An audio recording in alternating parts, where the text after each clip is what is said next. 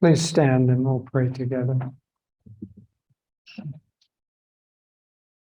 Heavenly Father, Divine Mother, friend, beloved God, great masters, Jesus Christ, Babaji Krishna, Lahiri Mahashaya, Swami Sri Yukteswara, beloved Guru, Paramahansa Yogananda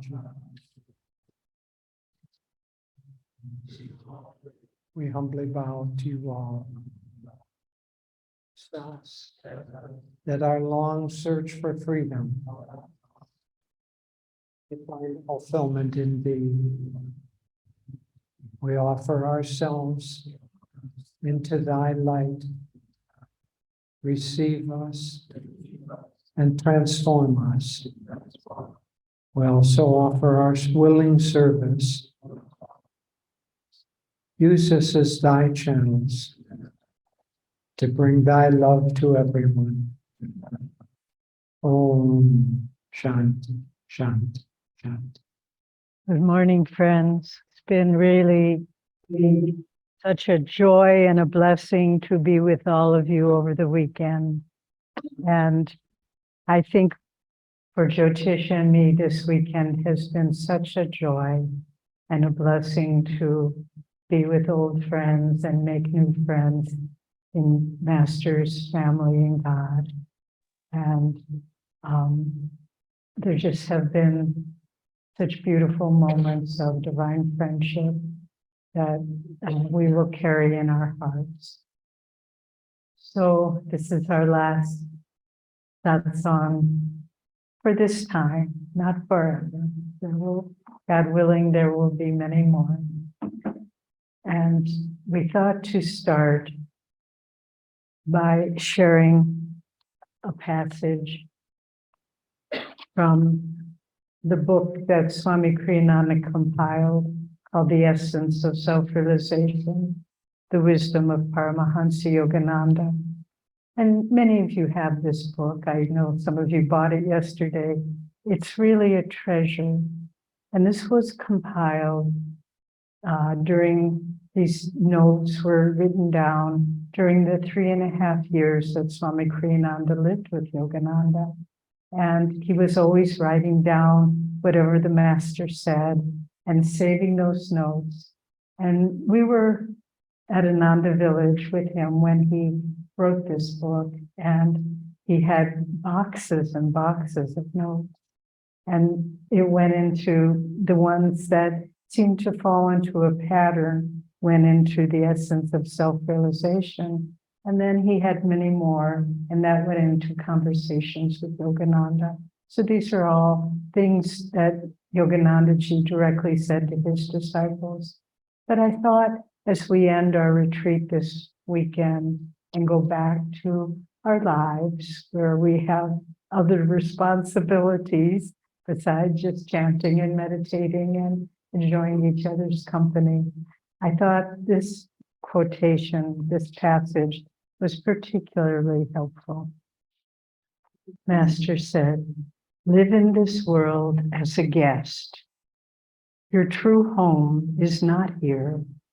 The deed to the house you live in may be written in your name, but whose was it before you acquired it?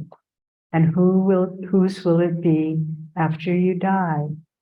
It is only a wayside inn, a brief halting place on the long journey to your home in God. Think of yourself then as a guest on earth. Of course, as long as you are here, try to be a good guest.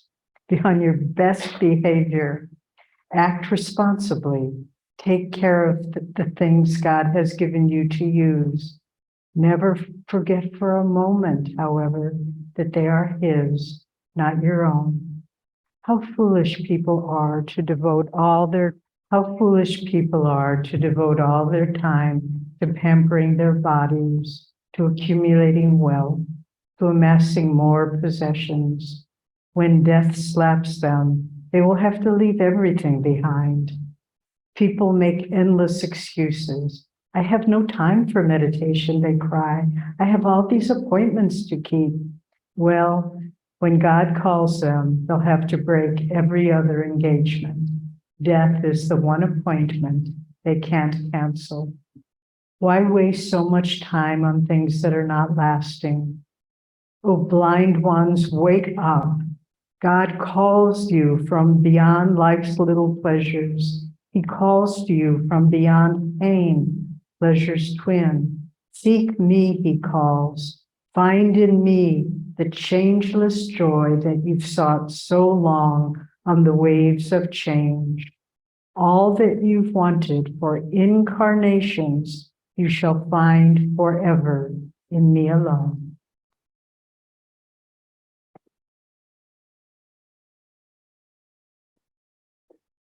Well, I think that says it all. I couldn't say it better than that.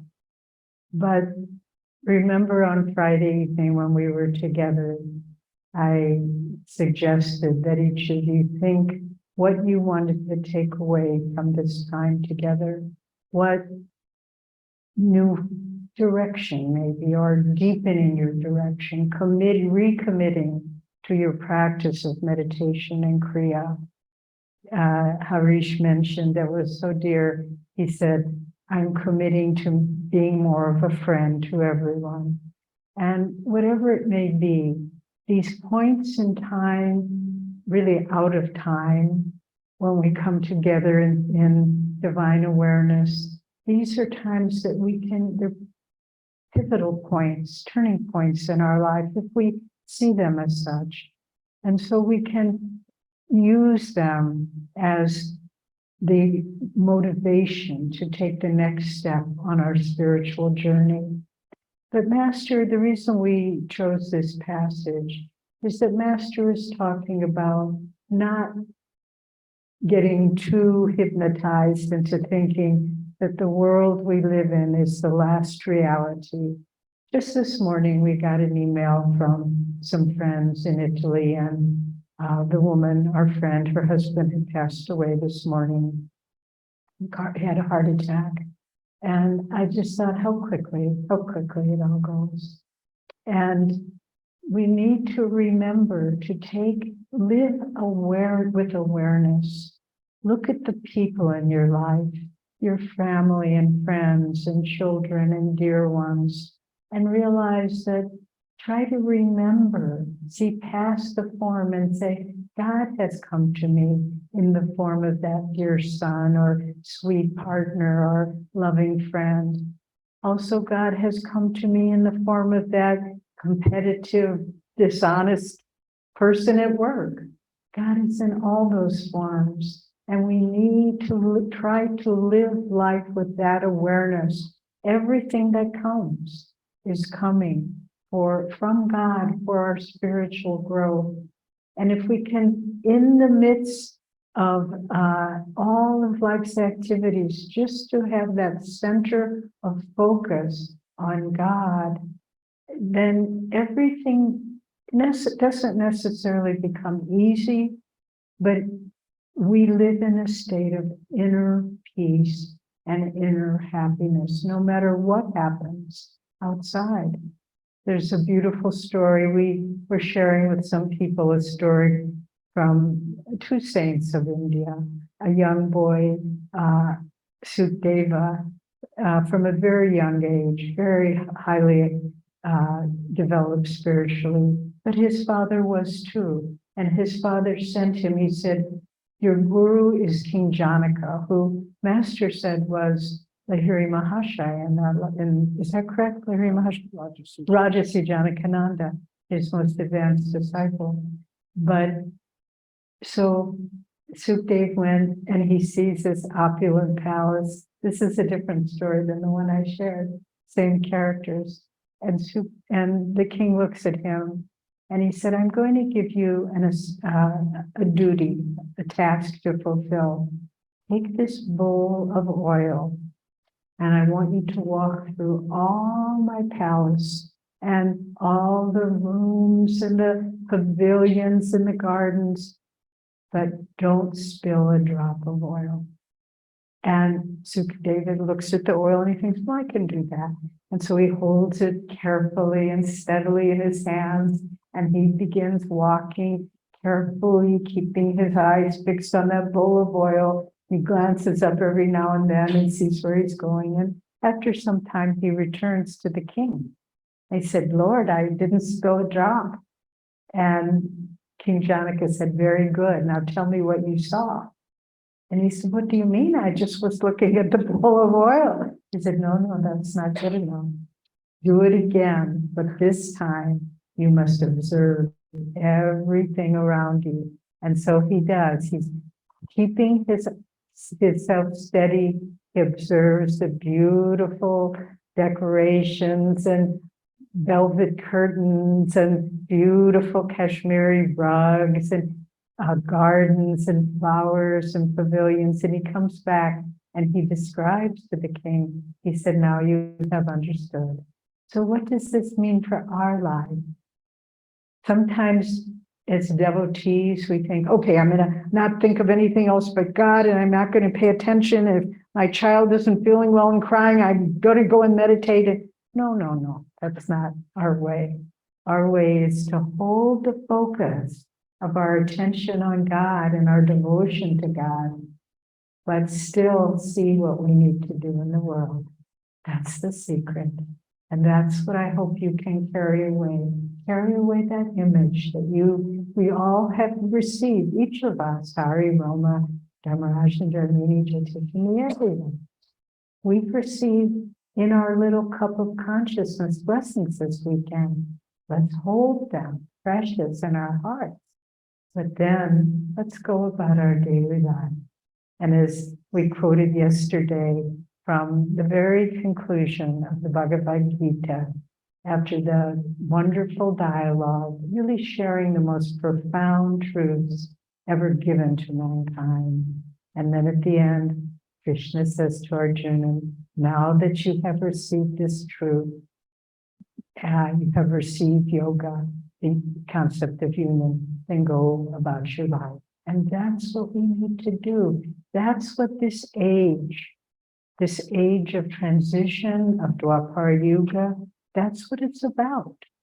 It's not the time for Himalayan yogis.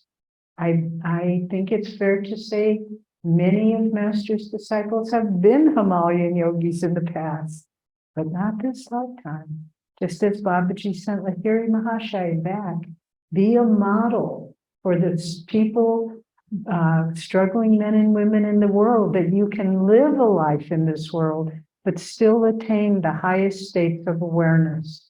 We were talking yesterday at lunch with some friends, and they were asking us, someone asked the question, I think that's in everyone's minds, do you think more difficult times are coming and to the world now? And we said, yes, we do.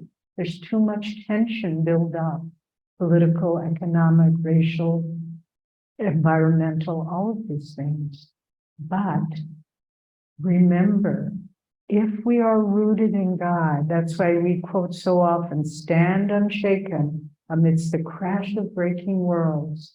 That's what we've chosen to do in this lifetime. And so whatever comes, it may be, Master also said, and I hold on to this with hope, he said, different world cataclysms are coming, but nothing is carved immutably, irretrievably in stone. He said, if enough people turn their consciousness toward the light, that can avert the karma. And so for all of us, let's live our lives holding that cup of the oil of God consciousness, no matter what happens.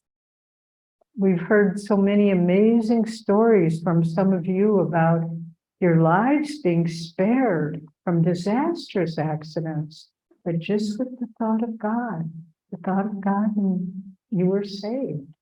And I've seen many incidents like this in our own experience. We had a friend at Ananda Village who was driving a big pickup truck, we do all our own work there. We don't have we sit and meditate and the other people do the work. We do the work too.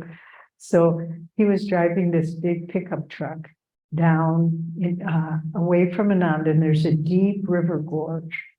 And then you come up and then there's the nearest town. And so he was driving a truck, quite heavy. And then he put his foot on the brakes and they went all the way to the floor. The brakes were gone. And he was gaining momentum and momentum. And he realized if he swerved away from the cliff, the road was right on the cliff, there were other cars, he would cause a crash with other people. So he just said, Master, whatever you want. And he turned the wheel and it started going down this very steep slope to the river. But a little bitty bush, he said it was not more than a foot or two high, stopped the truck. He got out totally unharmed, and then the truck rolled down to the river and burst into flame. How does that happen? It's holding the oil of love for God in our hands in every moment. In the battle din of activity, our silent war cry will be God, God, God. So as we go forth in the days ahead, whatever they may hold, remember God is with you. And the beautiful thing about the spiritual life, and then I'll close and Jyotish will also share. And this is important for all of you to remember, because some of you are new to the spiritual life. Some of you may have received Kriya, maybe you're training for it.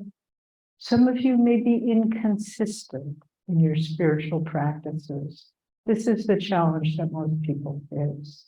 They get the training, maybe they get Kriya, and they enjoy doing it, but they're inconsistent. They can't keep a regular discipline. It's common. It's a common challenge, and we all have to deal with it and train ourselves.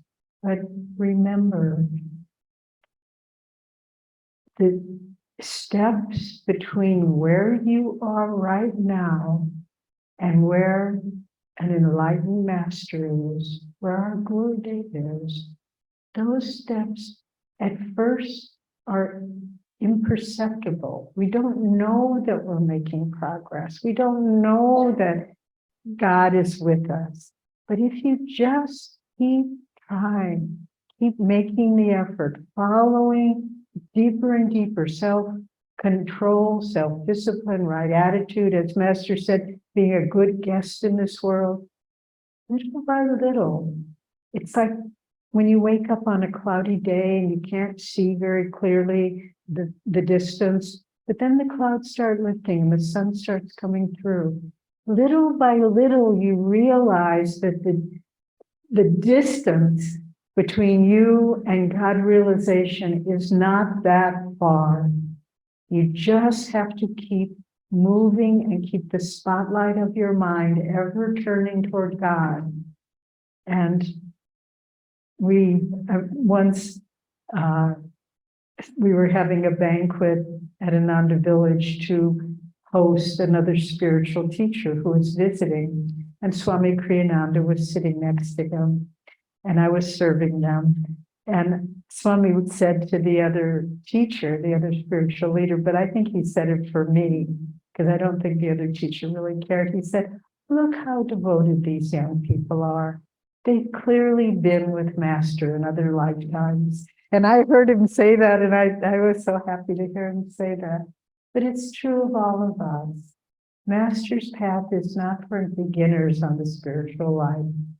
Master's path, and this means each one of you, is for people who want spiritual freedom, who have advanced spiritually to the point that they can receive a technique like Kriya Yoga and use it to draw ever closer to God.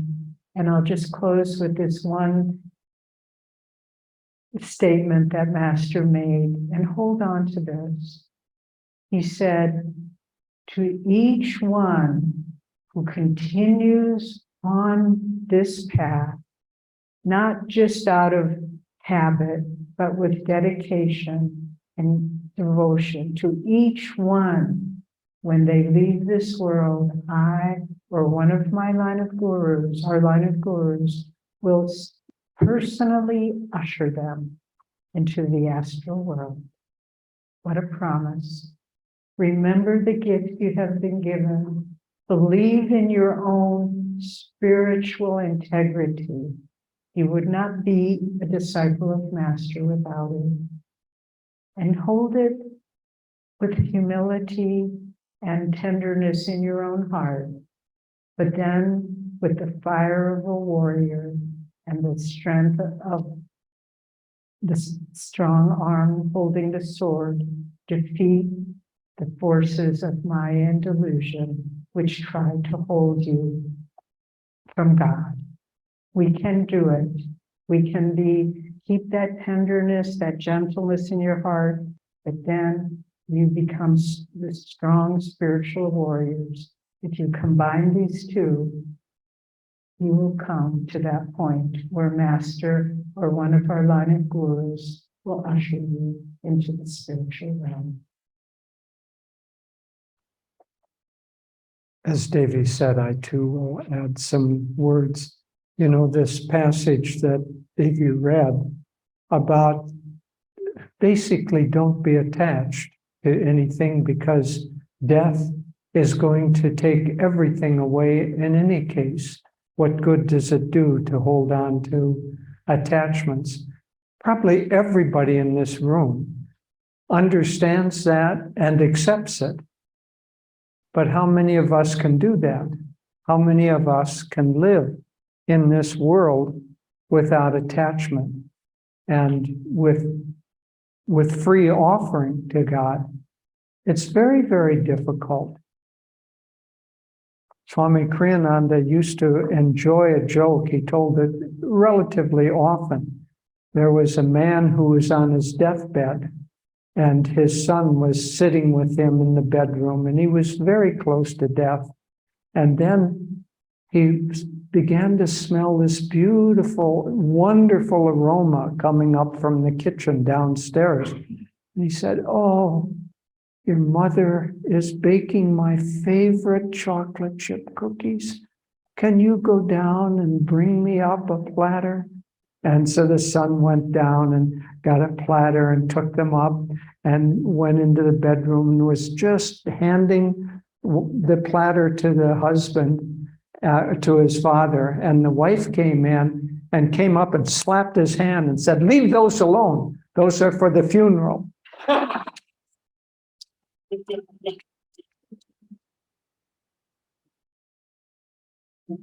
Now I'm going to shock you. I'm on the wife's side with this. Imagine being so attached at the moment of your death that your mind is on chocolate chip cookies. I think that's Divine Mother saying, "Leave those alone. Those are for the funeral. Those are for those who are left after you pass on." Well, if you're holding on to your bank account, Divine Mother is going to come in and say, "Leave those alone. Those are for the kids.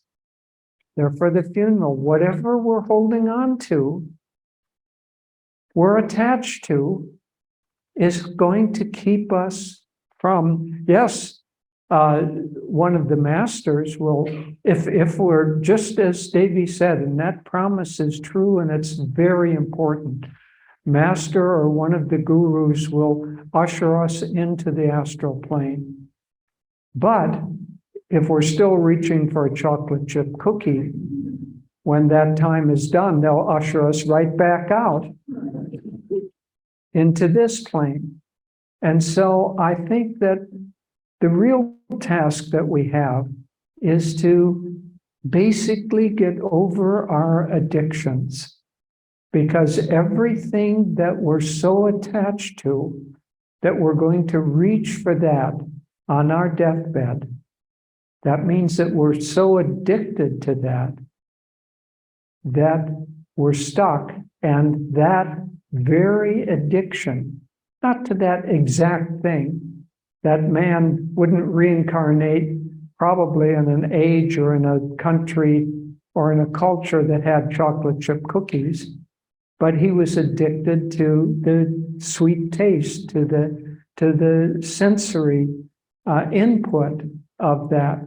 If we leave this earth addicted to something, then we're going to have to return to satisfy that addiction.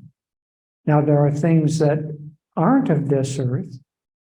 If he were addicted to the kindness of his wife, kindness exists far beyond the confines of this earth.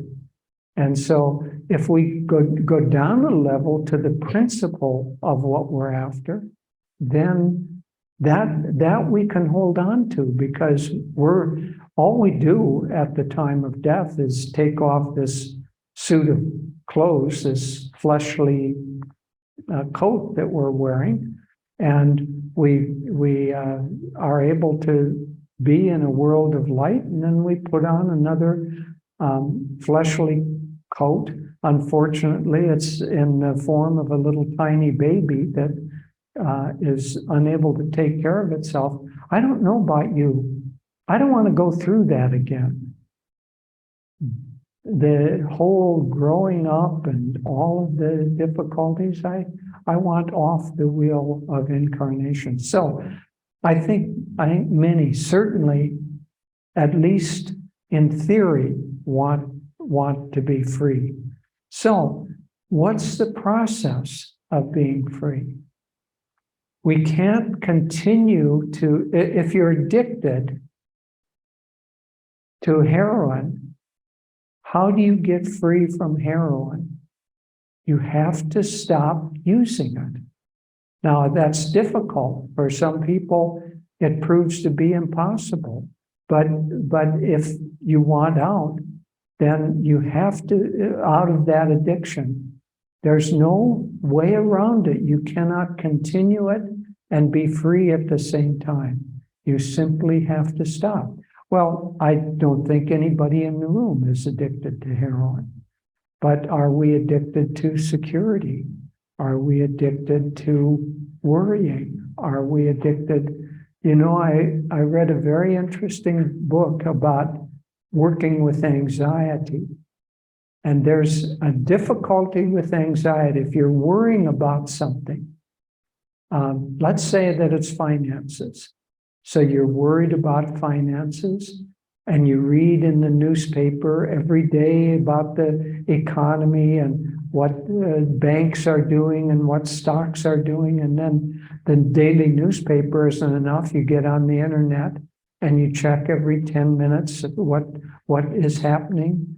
That constant feeding of the mind of the particular anxiety that you have will never, ever end, because it is in the nature of things that are unknown that you can never get enough information to feel secure about it.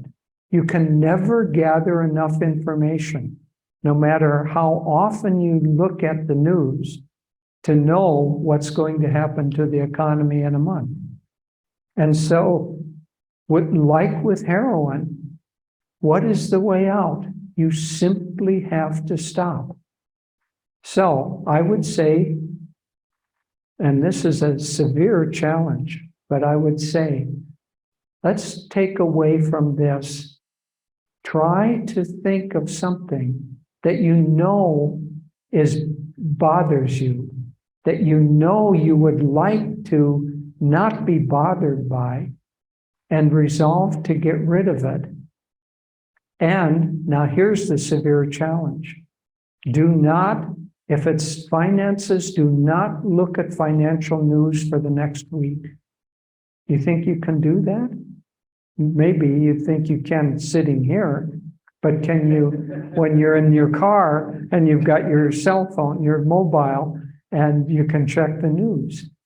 1 week, see if you can do it, because if you can do it for a week, you'll set a pattern that of self-control and control of the mind that will lead you directly. You're on the highway to freedom. If you can pass that one single challenge. And I'm saying it's severe. I'm trying to do it myself. I'm not going to tell you what about, but I'm trying to do it myself but now what's the counterpart of anxiety? Faith. And so the way out is, one, to leave behind the repetitive nature of it.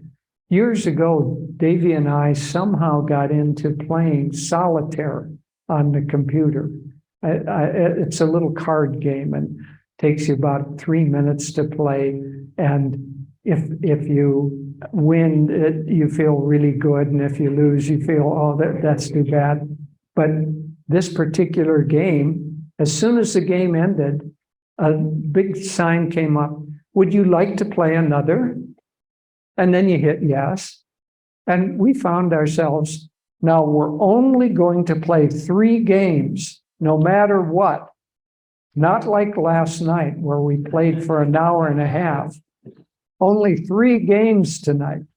And finally, the only way we really were able to overcome it was to delete that application from our computer.